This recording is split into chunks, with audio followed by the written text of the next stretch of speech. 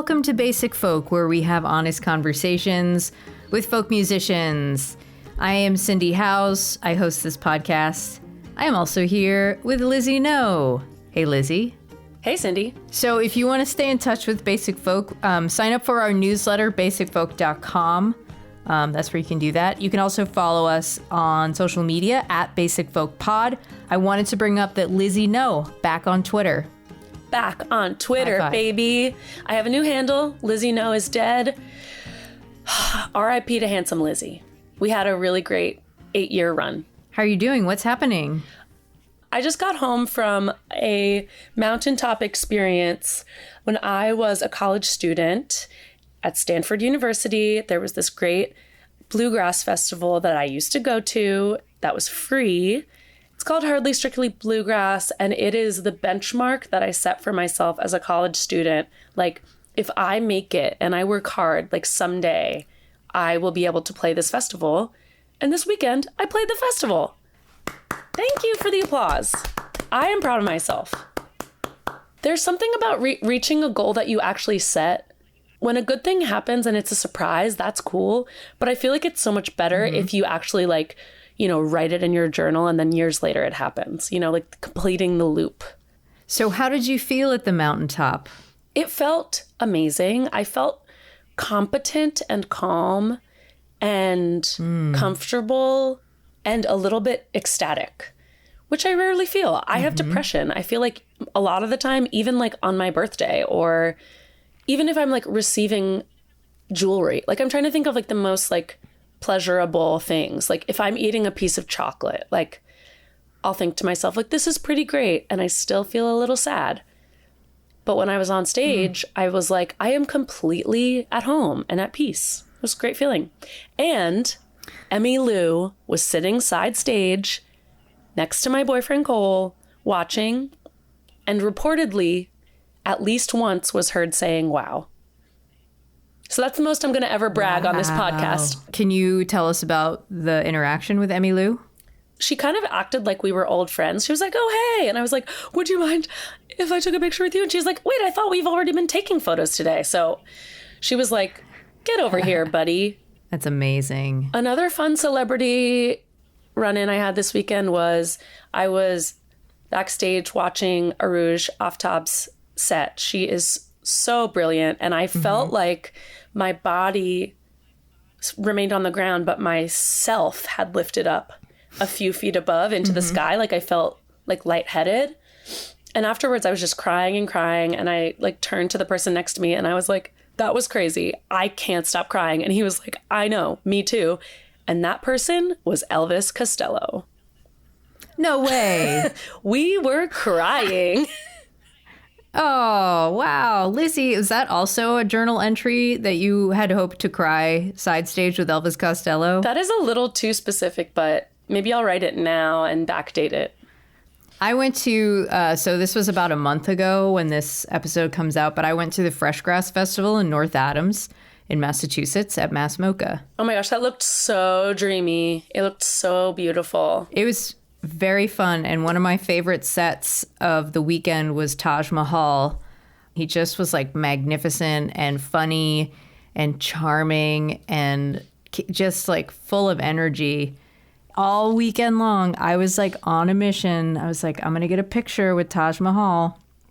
So I tapped his tour manager's shoulder and I was like, hey, and he was about to go on stage in like 5 minutes. And I was like, is it possible to get a picture with Taj? And he was like, not right now. And then he told me to come back 15 minutes after the set. I was like, okay, no problem. And then I said, my father went to UMass Amherst with Taj, and they both were in the animal husbandry program. And I wanted to get a picture for my dad.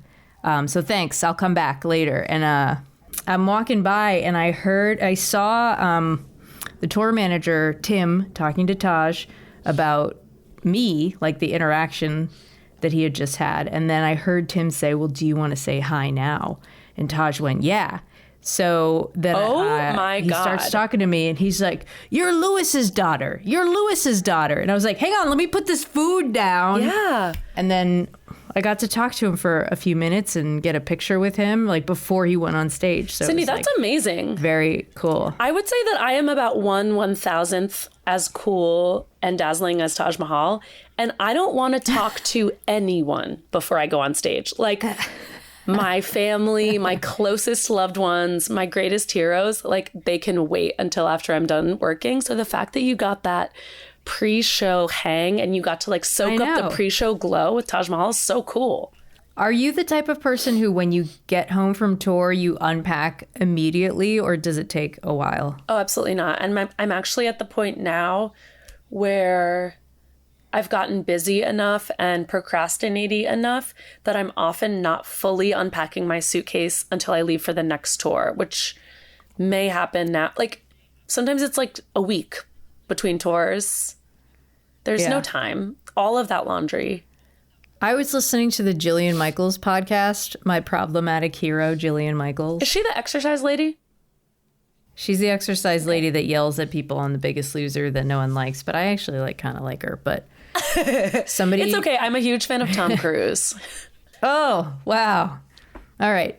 On her podcast, somebody wrote in and was like, what do I do if I can't work out and I have very demanding deadlines?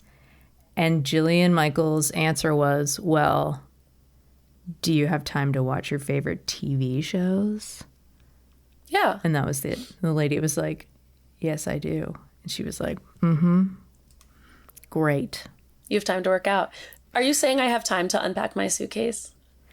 I was just a roundabout passive-aggressive way. Trying to tell you. Did my boyfriend get to you? Because I'm sort of... Cole and I are in an alliance.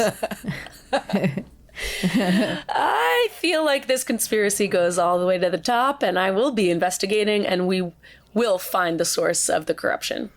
Our episode 200 is coming up. Oh my God, Cindy. Early next year. We have to think about what we want to do for it. So for episode 100, we celebrated, and episode 150, both times we celebrated by me interviewing a white lady. So groundbreaking. Yeah, very groundbreaking. A white lady interviewing a white lady. Some call it white on white crime. Yeah. Why don't we have a party? Why don't we have a live party where we interview duos? Only duos are allowed. We'll get Watch House. We'll get Tedeschi and Trucks. We'll get Beyonce and Jay-Z. The accessible. Jay-Z and Kanye. No. Absolutely not. No. Absolutely. We're done with him. I said that to get a rise out of you. Haven't we been done with him for a while? I have. Just keeps. Yeah. Something that is so dear to me about my partner Cole is that he's a big shoe guy, but he has stopped wearing Yeezys.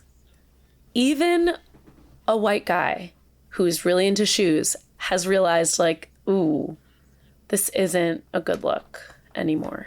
If Cole can do it, you can do it. Guys, Basic Folk listeners, I'm not saying let's bully someone. I just feel we can be done. Do you think Basic Folk listeners has there's a big percentage of Basic Folk listeners that listen to Kanye? I'm not sure, and you guys should write in on Twitter and let us know. But I do want to say that if you're not listening to Kanye because you're not a huge hip hop listener, that's totally normal and fine. There have been times over the years where I've thought, I feel like people are criticizing Kanye for racist reasons. But now it's coming back around where everybody needs to criticize Kanye for anti-racist reasons. Do you know what I'm saying? Yes, I do. It's come back around. I think so. And if you wait long enough, it'll go back around again. Yeah, that's probably true. So if you make sure you're criticizing Kanye for anti-racist reasons is what I'm trying to say. Well, this is how we loop it back to Basic Folk, because we are going round and round in the circle game, and we've already discussed that Joni Mitchell has done blackface. She has. So everyone loses. And this is yet another endorsement for Buffy St. Marie's Little Wheel, Spin and Spin, a better song by a wonderful singer-songwriter that we love. Today on Basic Folk, Lizzie No talks to Mali Obomsawin. Are y'all ready for a crossover? Yes, they were heard screaming. Yes. Yeah. So Mali is one of my favorite crossover stars in the making. She is a folk artist who a lot of our listeners might know from her wonderful folk trio, Lula Wiles, and she and other members of her band have been guests on Basic Folk in the past, talking about Lula Wiles' albums. Her upcoming project, Sweet Tooth, however, is her debut as a jazz band leader and composer, and it is an absolute blessing, knockout. Can I say masterpiece? Do I know enough about jazz to call it a masterpiece? I will call it a masterpiece. This record is so interesting from beginning to end.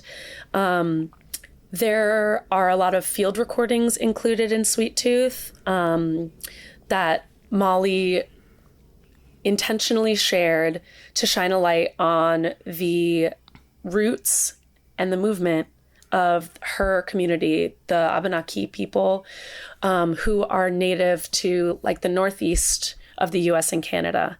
Their history is really complex, and she does a lot of great explaining in our conversation about those tribal movements and some of the violence that they've endured.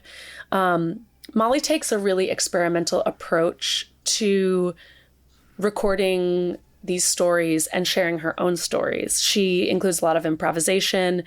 There are chants that she wrote. There are recordings of elders. And then there's like her singular, warm, haunting voice. So we went track by track in this conversation, talking about Sweet Tooth, talking about her experience as a folk artist, as a jazz artist, and as an activist in the land back movement. I think that this episode is a really great introduction to intersectionality for folks that might be wanting to learn more about that term, because Mali and I are always, like, as friends and as musicians and colleagues, like kind of trying to dig into the politics of gender and race and nationality, and how those three identities can intersect within one artist. And Mali is such a great example of this. And she's such a leader in advocating for like Indigenous and gender freedom. So her music is important, and it's kind of heartbreaking. And there are also moments where it's a lot of fun. Please, please, please, please go buy her album. It's so freaking good. All right, we're going to go track by track on the new record, which is called Sweet Tooth. And I'm really looking forward to this. Mali is the coolest. Let's get into it. This is Lizzie No talking to Mali Obomsawin on Basic Folk. Mali, thank you so much for coming back to Basic Folk. It is so great to have you here. Thank you for having me here. Excited. Well, I've told you a couple of pre-interview things to keep in mind, but I'm also going to tell them to the listeners. One of them is that you have been on Basic Folk before in 2021. It's a really great interview with Cindy, and I think everyone should go back and listen to that interview, because I'm not covering the basics in this interview. They might be like, where is she from? Where did she go to school? Who are her influences? And guess what? I don't care. Yeah, we're taking the basic out of Basic Folk for this one. Yeah, this is extreme folk. We're jumping into new music and new horizons. That's right. The other contextual excuse that I'm going to give is that your new album covers like multiple so-called countries, languages, and I'm going to do my very best with pronunciation, but I want you to correct me when you feel comfortable, and I want our listeners to know that I am not an expert. Fuck yeah, you got it. Okay, here we go. Extreme folk with Mali Obomsawin. So, like many of our listeners, I first became your fan through your work as a bassist, singer, and songwriter for the folk trio Lula Wiles. And I think I saw you guys play at City Winery in like 2018, and I was like, who are these cool ladies? But this new album, Sweet Tooth, is a completely different creature. So how do you show up differently as a band leader of a jazz project than you do as a folk singer? And like by that same token, do you feel like audiences receive you differently in the jazz space than they do in the folk world? Ooh, just going in. Okay. Yeah, I said it was extreme folk. This is extreme. Okay. Cool. Well, first of all, like, I feel very differently being a front person, and it's definitely something that like I didn't quite have a full appreciation for, I think, when I was mostly being a bassist in Lula Wiles. Like we did have kind of a concept that we were all sharing lead roles, but like in effect, like I was very much like the bassist who sometimes sang songs, you know? Right. And band leading is really hard. And like being on stage and being the one responsible for talking is like so hard. I hate it. Dude, I feel like one of the main themes on Basic Folk that like almost every guest shares is like talking is so fucking hard. It's the word. And, we like, shouldn't be expected. So many Frankly. Musicians are like, I play music because I don't like talking. And then this weird side project of the job is having to talk all the time. Yeah. So do you feel like very different in your body on stage when you realize like you are the center of attention versus like I am one of three in a band? Yeah, I'm definitely getting used to it. I will say, so we just finished a tour together where I was not doing Sweet Tooth, but I was playing guitar and singing and, you know, doing that thing. And that to me is less comfortable than like showing up as a front person with a bass. Interesting. So yeah, there's a lot. Why do you think that is? Probably because I dedicated my entire life to playing the bass. And so I just feel like I like own it more and I feel like I earned it. Whereas like, I don't know, maybe we got into this a little bit on tour, but like anyone can play the guitar. And frankly, if you play folk music, like eventually you're going to have to be playing the guitar. So, so like it kind of feels, I feel like I'm like cheating or like, I don't know what, like just like less authentic in myself. Which maybe, I don't know, like you do have to like show up and fake it and like talk on stage. So like maybe that fits in the role, but yeah, well, that's my whole career. I had no plans to play guitar and like do the solo thing. I think, yeah, there's always that sense of like, are people going to see through me? But I have to say, I've seen you perform now quite a few times and you're like very in your body, in yourself when you're playing guitar. I think it. Thank you. No one can notice if that's what you're worried about. Cool. Now, here's another easy question. Do you have a working definition of folk music? Oof. Dang, that's a great question that I'm so happy to answer. Great. Bring it on. Like, okay, so I've actually never asked a guest that before, but I'm really interested to hear what you have to say because of the incredible album of yours that we're about to talk about. I think it really hits at this like intersection of jazz, folk, field recordings, etc. So tell me what you think folk music is. Yes. Okay. First of all, I think folk music is there's like a continuum, right? The like folk, rock, jazz continuum. It's not like a clean, like, you know, there are no boundaries or borders in those definitions. My ears just perked up when I heard no borders. We're going to put a pin in that. Dismantle colonial borders, number one. But when, you know, I feel like I've gone through a big journey with folk music because I grew up doing a lot of like New England folk music, which is very specific, really kind of dorky subculture of New England. And then I went to music school for a hot second. Fool. I really said that. And then like it was kind of like bludgeoned into my brain that folk music is only like traditional Appalachian fiddle music, and if like anything else is happening, I know. I just made an obscene gesture. I'm sorry to our listeners, but extreme luckily folk. You didn't have to see it. Yeah. Maybe we'll release the video of this to like heavy subscribers. So, you know, when Lula Wiles is no longer a working entity. I don't know if that's out yet, but it's out now. That's a scoop that we are releasing here on Basic Folk. Yes. And when that news kind of hit the floor, I was like, okay, whatever I do next, like, who knows what it's going to be, but like I don't really feel like it's going to be folk music in the way that like people associate Lula Wiles with folk music, although it's like quite not really folk music what Lula Wiles did, but also that's fine. Do what you will with your definitions. But it had enough of the trappings of folk music to pass. Yes. Yeah, it was folk passing. And when I wrote Sweet Tooth, I had this kind of question of like, am I going to lose all my folk fans because I made a jazz album? And I really sat with that for a long time and realized that like I was the one who got to define it. And definitely, you know, this is the folk music of Wabanaki people, right? And that was like a big thing that I landed on, was like, I think the scene that you and I are in, Lizzie, more or less, is like very dedicated to this idea that like folk music looks and sounds a certain way and has only a certain number of influences if we're talking about the American context, right? And like, but folk is a global term, first of all, and I think the real like dissonance comes when like, you know, Wabanaki indigenous music here isn't even world music. It's not like global folk music. It's at home folk music, right? So if I'm hearing you correctly, the problem is America and Americana. Like folk music is just the music of a people, I think. Yeah.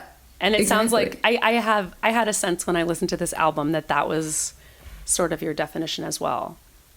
Sweet. Good read. Yeah. Okay, well, let's jump into Sweet Tooth. It is an incredible album. And I want to go track by track because there are 3 movements in this album, each with like a particular story to tell.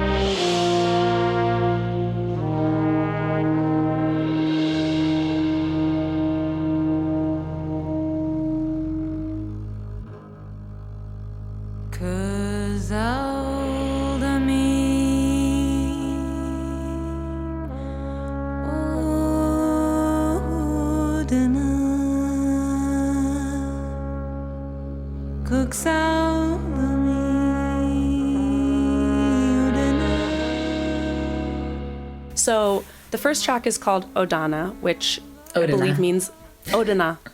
See, here's my first mispronunciation. Odana, which translates to the village. Is that correct? Yeah. Can you tell me about physical landscape elements of your upbringing that found their way into this song? Whoa, cool. Yeah. So, right, Odana is the village. Odanak is the reservation. The K edition means like at the village, basically. At the village, okay. And it's the place where all the people went during the colonial wars and to get away from various plagues that extremely dirty pilgrims brought. They didn't know how to shower at that time. We had to teach them. And so Odanak is like... Some are still learning. Some are still, yeah. Some are still learning. Extreme folk.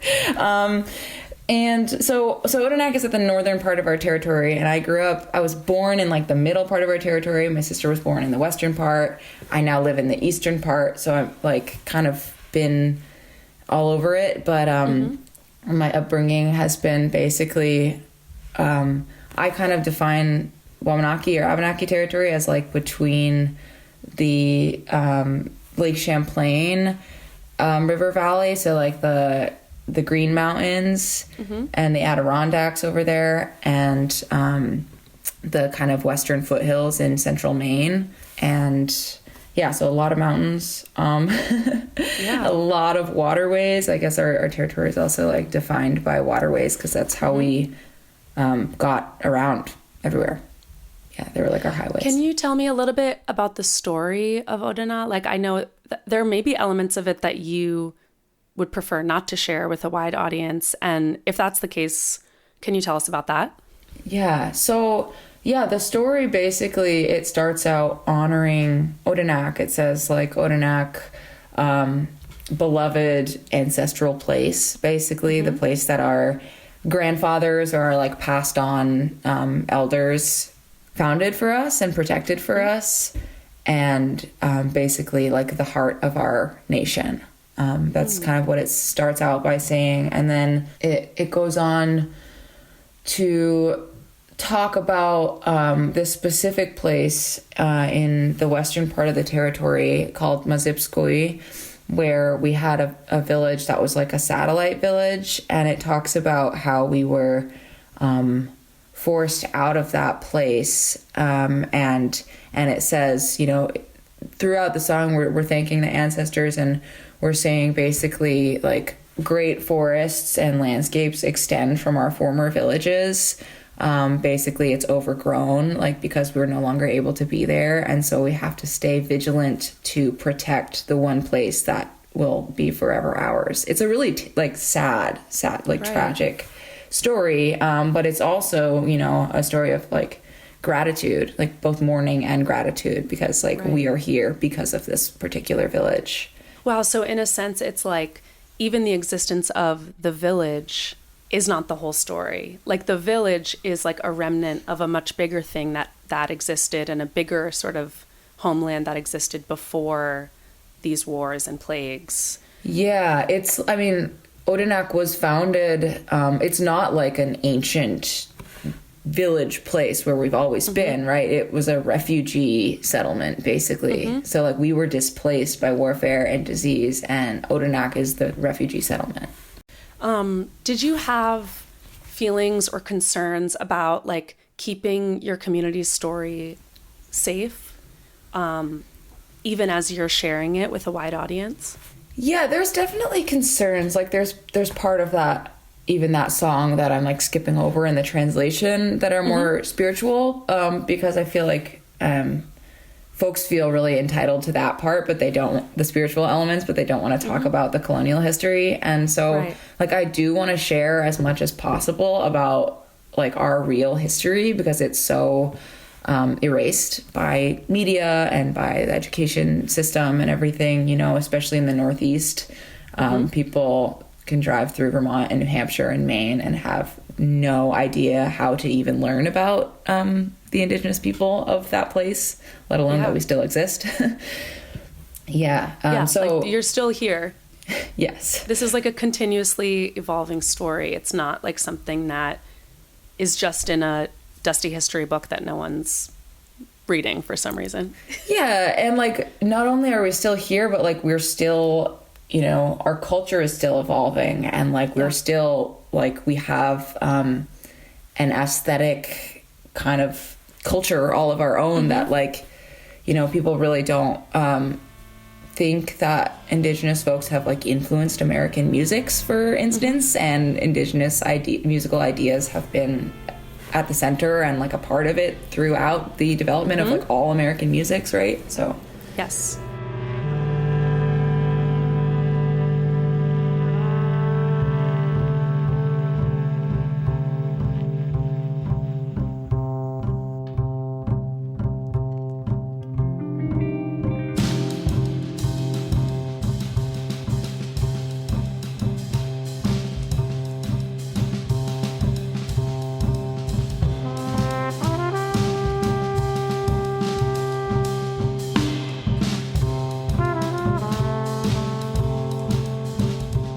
Okay, I want to talk about lineage. It's the second part of the first movement. I feel your bass playing so strongly in this composition, kind of as a main character, as much as it is a rhythmic element. Like it's like this sort of pulsing constant for the first 5 minutes, and then starts to kind of walk around and dance, and then it settles back into this like deep clarity at the end. If you had to describe this character and their story, what would it be? Yeah, so the composition that I made for this, it's like very minimal. There's only like a couple of written things, but the time signature that I wrote in this was timeless, because that is what I wanted the overall energy to reflect, like the timelessness of lineage, right? So there is like a pulse, there is like, you know, even if you wanted to say that it's in 7/8, like you could say that, but like it's loose because... Well, I feel better because I was like, I feel a pulse, and yet I'm having a lot of trouble counting this song. And maybe it's because I didn't go to a fancy music school, but now I feel vindicated. Yes. Please feel vindicated. Yeah. Okay. You know, and the bass part is supposed to represent, I think, the continuity, I guess, of the people. It's the people. So if there was not a ton written for this composition, can you talk about the environment in the studio that led to the recording that came out on the final track? Like, how did you get your people to be like in the headspace that you wanted to create this story? Yeah. So we did a lot of talking about ancestors. Mm-hmm. I think that's like the major space that this album lives in. I'm the only Indigenous person in the band on that recording, but I think we all held like a very deep reverence for ancestors, everyone in that musical experience. And so I was just really encouraging people to tap into like what lineage means to them and ancestry and the stories through colonial times that we have all lived through, all of our people, all of our communities and ancestors, you know, and I think that did a lot for setting the like emotional and spiritual sphere for that recording. Now, did you sing live with the band when you recorded it? Yeah, I did, and Miriam El-Hajli, the other lead vocalist, also did. Wow. That I felt like there were some moments, especially towards the end of the track, where there was like this incredible tension and like kinship between the vocal and was it the cornet? Was the I can't remember who's playing last in it. Anyway, there's like Mali and say the name of the other vocalist again. Miriam. It's like this really tense, cool, dissonant moment where the vocals weave in with the other instruments, and it's these very like high, almost stressful tones. Can you talk about those moments and like what part of the story that's speaking to? Yeah, I mean, I think it's definitely speaking to like the last few hundred years in America. Yeah. But you know, that wasn't a defined like part of the composition necessarily. I think we just all got there. Like we really needed to like air our pain and anger, you know, together. But yeah. Now that's a quality of your voice that I haven't heard very much. I think you really feel the transition away from the like close and very warm harmonies of Lula Wiles to this like just as embodied but very different type of wail. Like, how does it feel to share that other side of your voice with people that have gotten to know you in a completely different context?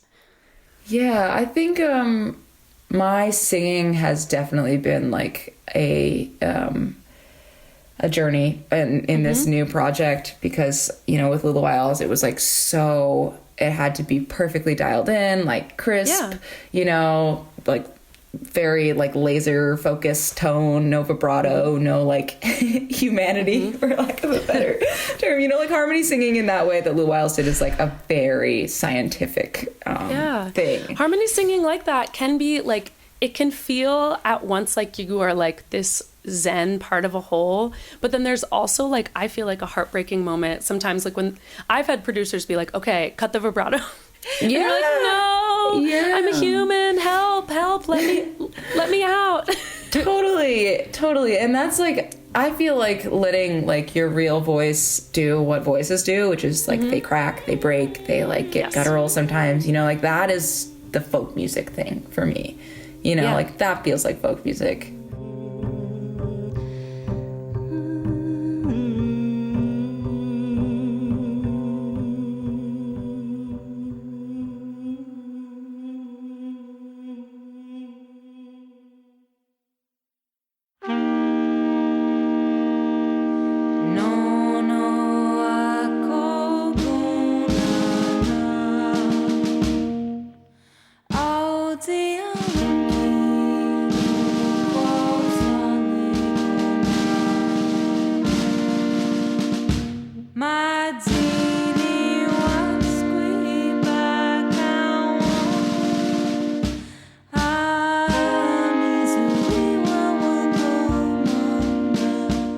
Let's talk about Wawasin Toda. Is that correct? Yes. The pronunciation? Okay.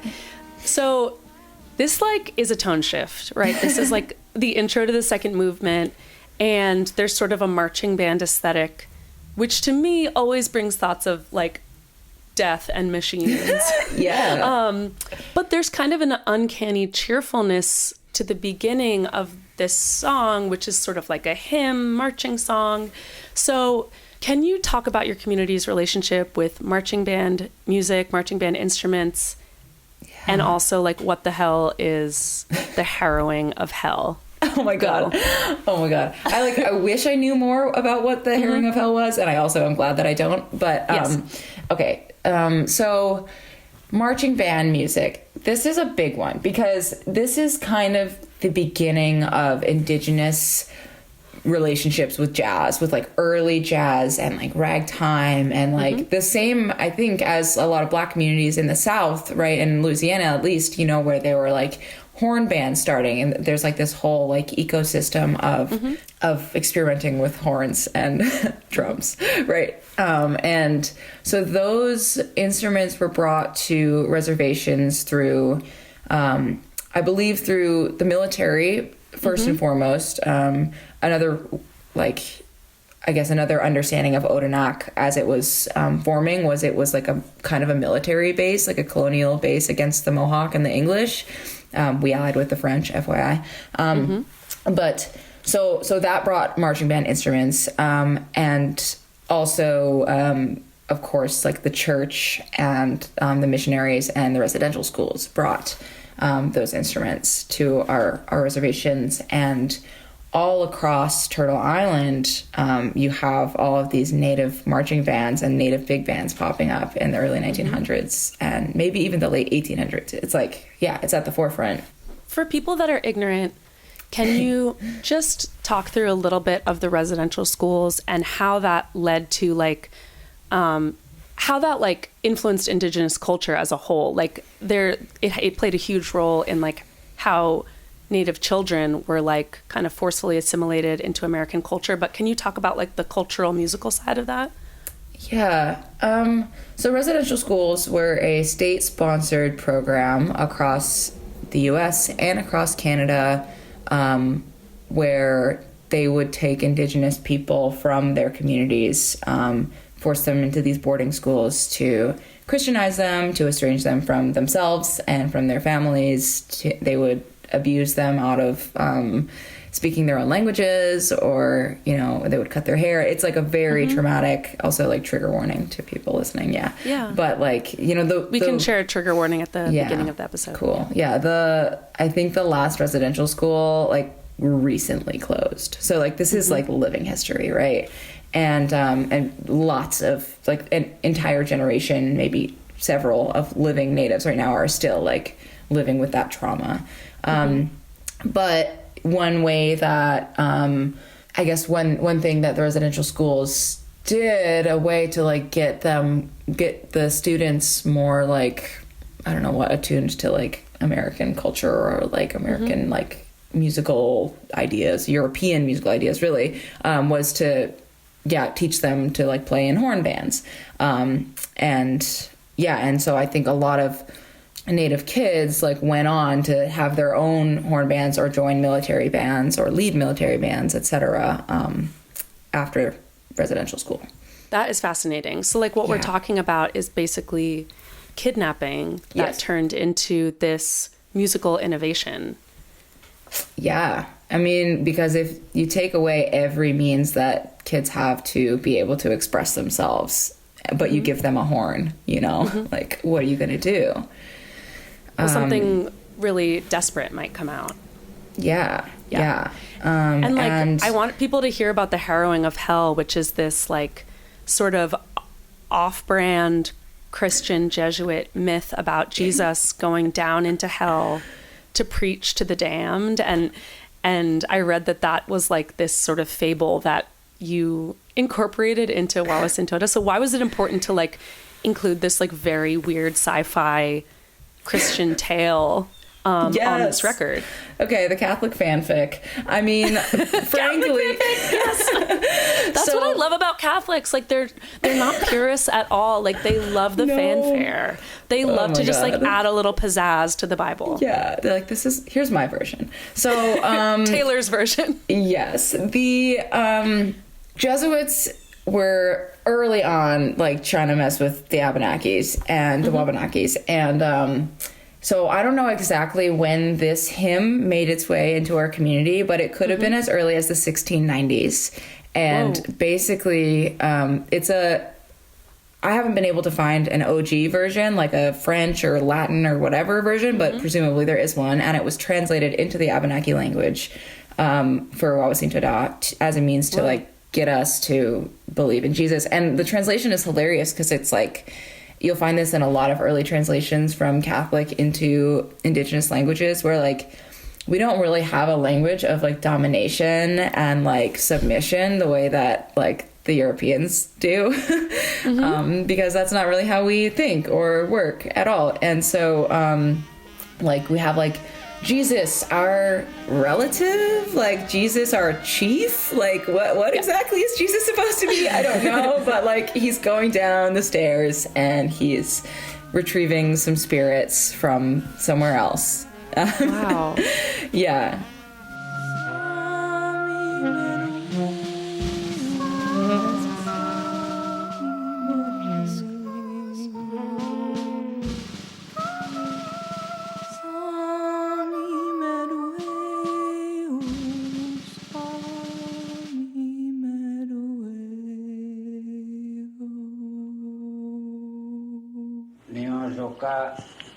Agua yo dana kasi utai nasa mataw no ne kisi sara ke monjan ula marsit pitaka xiawit ne monja kuila ben ne wawaje kagaki na won pasgoa atuinam kangoje ne yodare Odana plaka megasa waga kinawande kison bai skial nomba. Let's move on to the next track. Pedeguadzois. Can you say it again, Molly? Pedeguadzois. Pedeguadzois. Okay, I ran up to that and I felt confident, and then I lost my confidence. Okay, I want to talk about field recordings. So field recordings are kind of the foundation of like what we think of as contemporary folk music, Americana music. I feel, and this is not like a basic folk official opinion, like I personally feel that a focus on field recordings can also be used to trap Native, Black and Brown communities in amber. Like these are people of the past. There can be ways in which we listen to field recordings and think like, okay, these cultures are old timey, and like keep minorities out of like the present evolving power structure of the music industry. But you took a really, really interesting journey into the field recordings that made it onto Sweet Tooth. So can you talk a little about the process of sorting through those recordings, how you made them feel so contemporary, and like how you chose which field recordings to include? Yeah. So I feel like I can't fully take credit for the idea because I'm really inspired by my friend Jeremy Dutcher, who is a Woolastoqey musician, pianist, who released an album that was basically like, you know, inspiring to me in this way. They used field recordings and kind of just dropped them into the middle of their compositions in a really powerful way.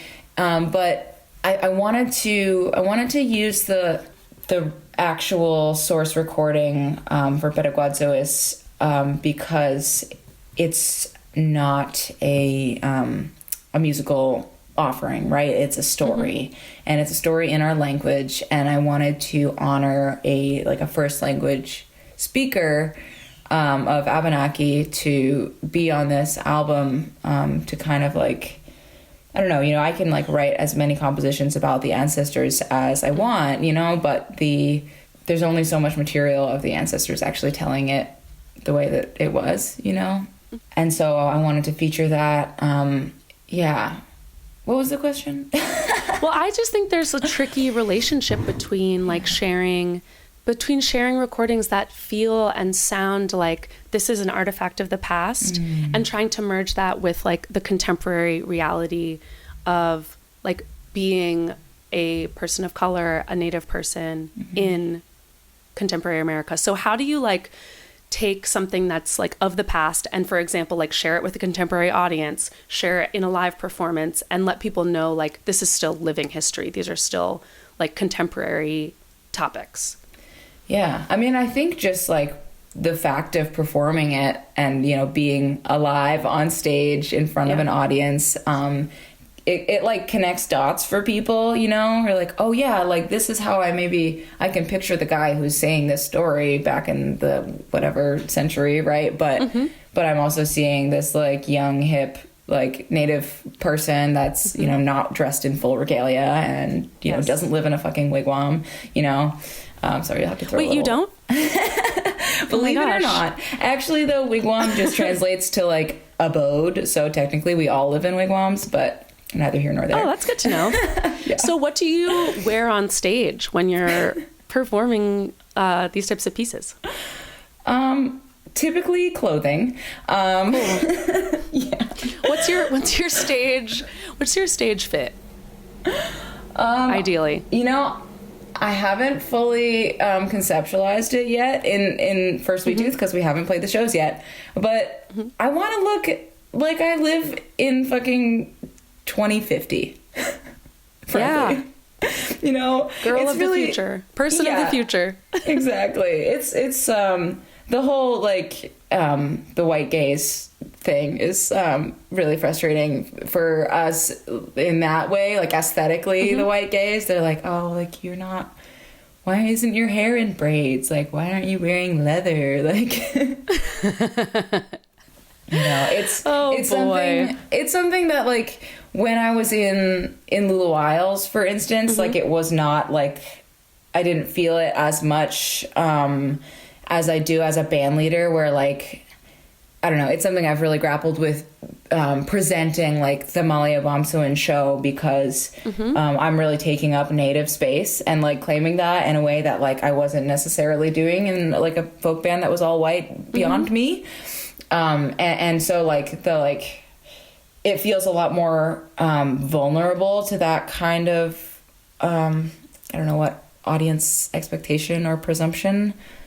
Right. No, I do think there's like a heightened sense of responsibility that is undeniable when you are putting forward a story that like says like this is like an indigenous story, this is a Native story, versus like this is a folk album made by three people of like varying backgrounds. Like I think there is a heightened sense of that people that are outside of your community are going to be watching and like taking impressions, and like that's not exactly fair.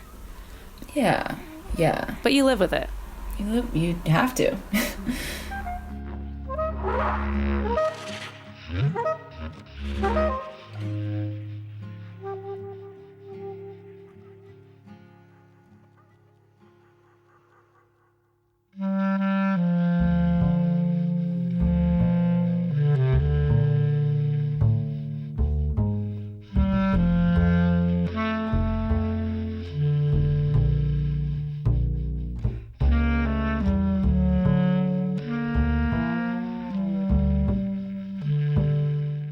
Fractions, which like very much touches on this same topic.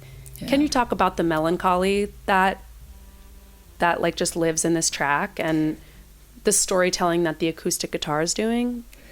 The melancholy that lives in this track is the like kind of woozy dystopian experience of like feeling like an entire world has like a microscope to your blood.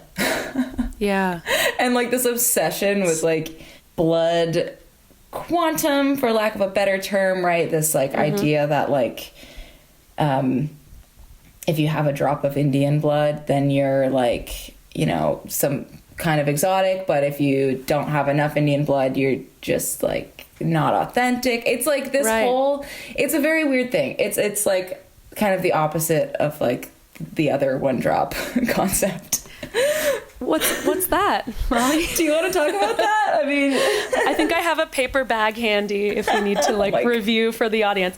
No, I mean, I think we're joking about it, but also there are such real consequences. I mean, there are federal benefits that come with these perceived levels of purity of Native heritage, right? Can you talk a little bit about what that feels like, and actually what you wanted to communicate with this particular track about those fractions? Yeah. That's kind of, it's a heavy question, and but I think what people don't understand on the whole is that Indigenous nations are just that. We are nations. We are political sovereign entities. And that means that we get to define our citizenship the way that we always have, which is by kinship relation. If you're related to us, you are part of the community. If you do some serious wrongs, you can get kicked out of the community, no matter how pure your blood is, quote unquote, in the Western eye, right? I hate the word purity so much. I'd love to strike it from the language. Same. Also, probably a word we don't have in the Indigenous language. I could be wrong about that, but conceptually, at least, I'm right. And so with this track, it's just, I mean, I don't know if I have a thesis statement other than I really wanted to communicate that it does a serious number on the mental health of young Native kids growing up, feeling like their elders or the colonial government or the white gaze is imposing some kind of value hierarchy on what is in their blood. It's just fucked.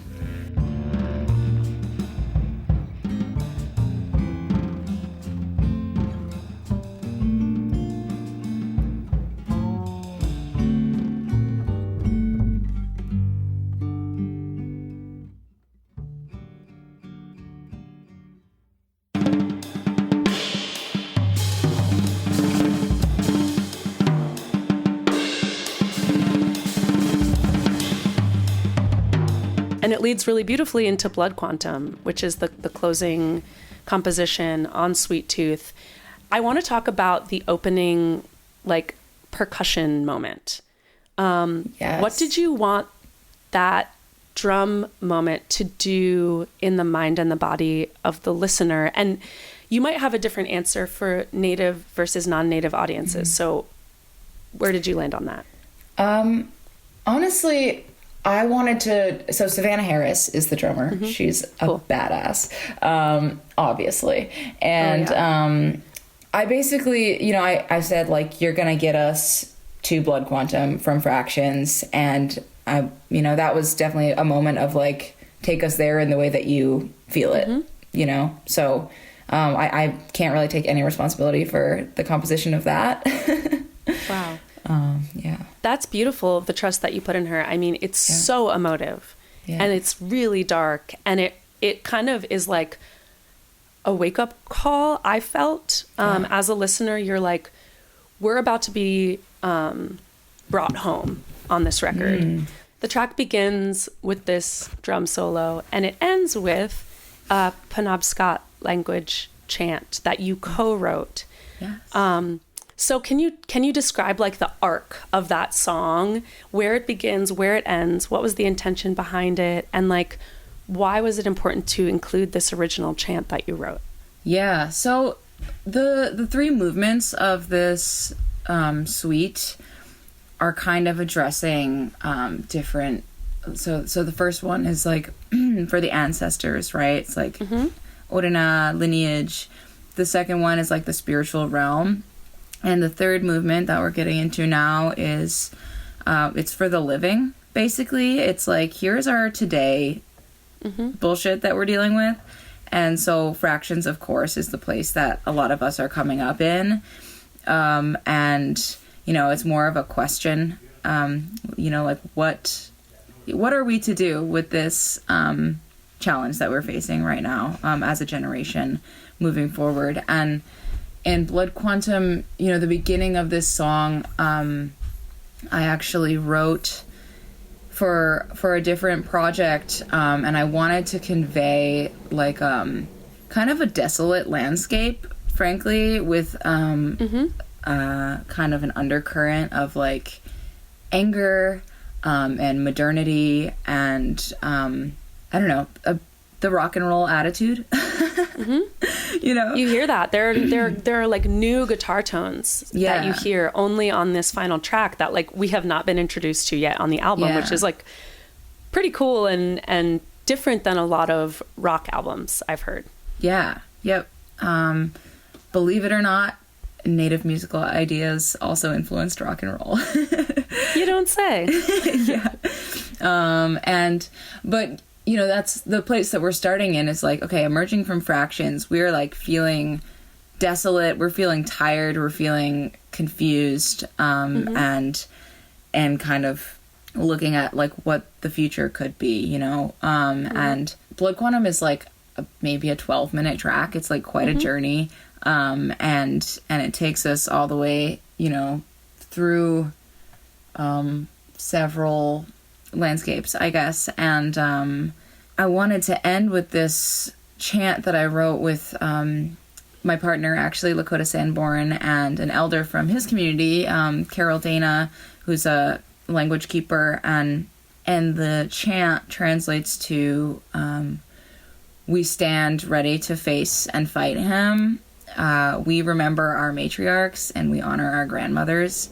And I feel like this is kind of the like ultimate fuck you to the kind of systems of domination we've been talking about, where like Christian culture, Catholicism, colonial systems, right? They have put white men in positions of power over all communities of color, basically, and entire landscapes that are not theirs. And they've done a terrible job, of course. They've caused a lot of spiritual harm and trauma, of course.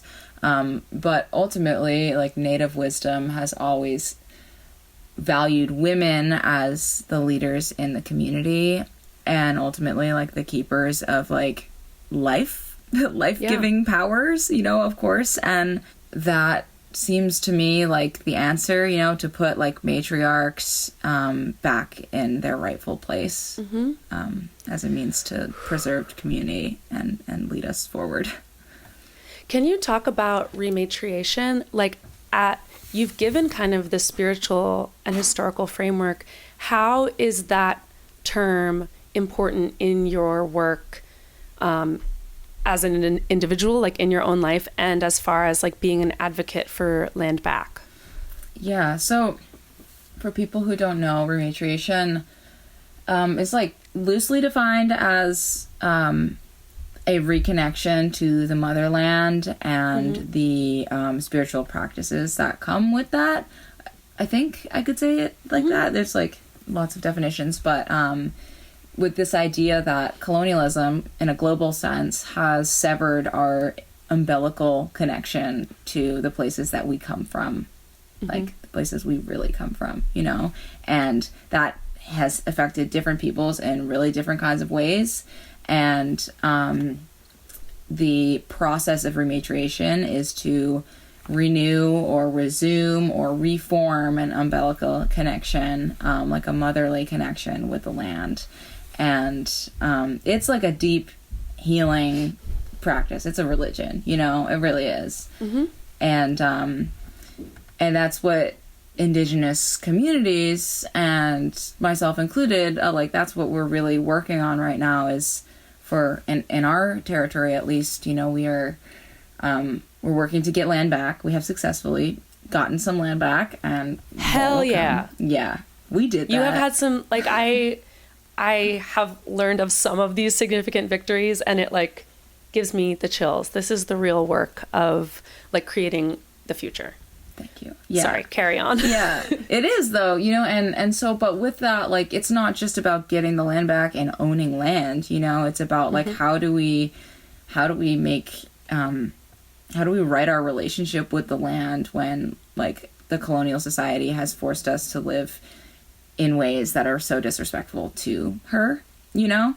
And a lot of that is resuming and remembering Indigenous ceremonies and like land practices, you know, like food ways. But it also, in Wabanaki at least, it means like teaching forward and welcoming those who might not be indigenous or Wabanaki or whatever, but are living in this land, like teaching those ways so that other people can also root here, you know, if they need to, so that those who have been uprooted through colonialism are not landless and stateless spiritually.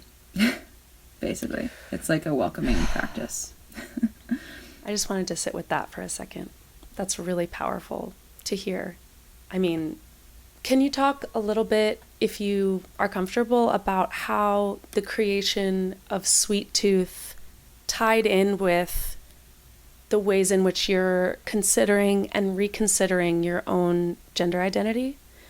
Like the rematriation is a huge theme, and I know you and I have talked like as friends off mic about like what some of the stakes are as far as considering yourself a woman in a minority culture in America, what that means, how that like can help and hurt in our own lives. And like, were there parts of making this record that like helped you figure out where you're headed on that journey? That's a cool question. Yeah, I really appreciated the conversation we had about it, which I'll just kind of summarize a little bit, you know. Sure, that we can just paraphrase. Basically, you know, if I'm considering myself in like the American gender landscape, I'm like, I am not really interested in participating in like American femininity. Like, I've never related to it. I've always been more of a like, to use an outdated term, tomboy, you know, and like just really like, and never really like. Well, and I don't want to speak for you, but like we talked about this on tour, like as a woman of color, we were never invited. Like it wasn't even a question of like, do I feel like a woman? It was like, you were told you are not a part of this. You are not pretty. You are not protected. You are not held on a pedestal in the way that like white womanhood was constructed to be. Like you're just not even in the running. So you had to like come up with your own gender identity outside of that. And I know that that's something that you're still like working with. And then there's this whole other side of it, which is like, we have lived and been part of this community of like other women of color who have been like denied that kind of recognition of femininity or you know, on par level with like white womanhood or whatever, and to kind of discard that and be like, you know what, actually like I'm non-binary and that's it, and like don't call me a woman, is kind of to like throw away like it feels disrespectful to the like experience that we have had with our communities of like, you know, like I don't, you know, I'm not a part of that anymore. Like I'm just gonna like forget that I went through that with you. Right. Like there's a sisterhood that you have to honor even as your own like individual sense of like where you fit in the universe is changing. Like both things are true at the same time. Exactly. And you know, and I think it's good to honor that it's more complicated than like a binary, like a yes or no, or like a they or a she or whatever. But like that all being said, in my own community and in like indigenous practices and conceptualizations of like womanhood, like it's incredibly empowering, and like of course I'm recognized as that, and I accept that role and responsibility, you know, because it does feel like so much more free. Because like femininity is a spectrum but it's a sacred spectrum. You know, any part of you that's on that spectrum is sacred, whether you have a vagina or not. Oh my gosh, I want to cheer and clap for that final comment. Oh my gosh, thank you for going there with me. I think this is a topic that I've like been wanting to talk more about through Basic Folk, and I think like your story and this album are like such a beautiful road into like getting free from a lot of the concepts of gender, genre, etc., borders, you know. So thank you for like being willing to be transparent about that on the podcast. Hell yeah. My final question relates to where you are physically right now. You're about to record a new album. So who is Feather Bitch? What can you tell us about what's coming? Cool. Feather Bitch is the most powerful version of myself, maybe, where she does and says exactly what she wants. She only, she doesn't apologize for being anti-colonial. Cool. And, yeah, she's my, like, rock star alter ego. And she is also a band where I play guitar and sometimes electric bass and sing. And she is making an album right now. I am so excited to hear it. I think it's going to be a horse of a completely different color than True. Sweet Tooth or Lula Wiles releases. Like, it's... I've gotten a sneak peek of some of these tracks on tour, and people are going to lose it over this new album. Thank you. I hope so.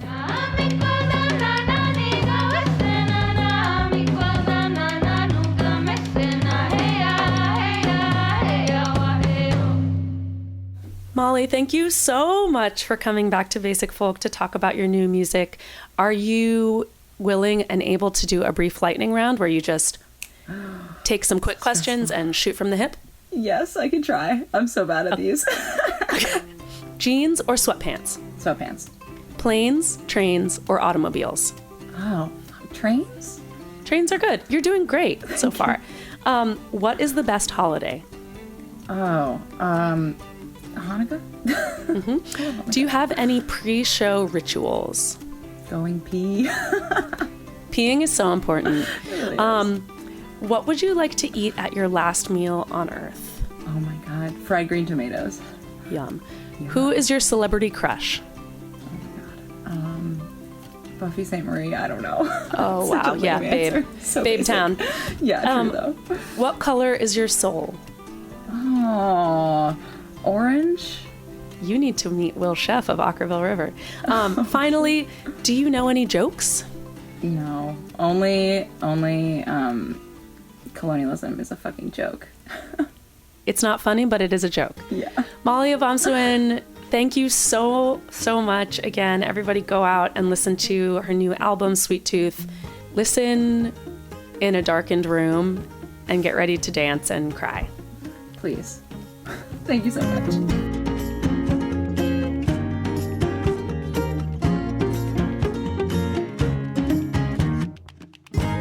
This episode of Basic Folk was produced by John Nungesser. Alex Stanton composes our music.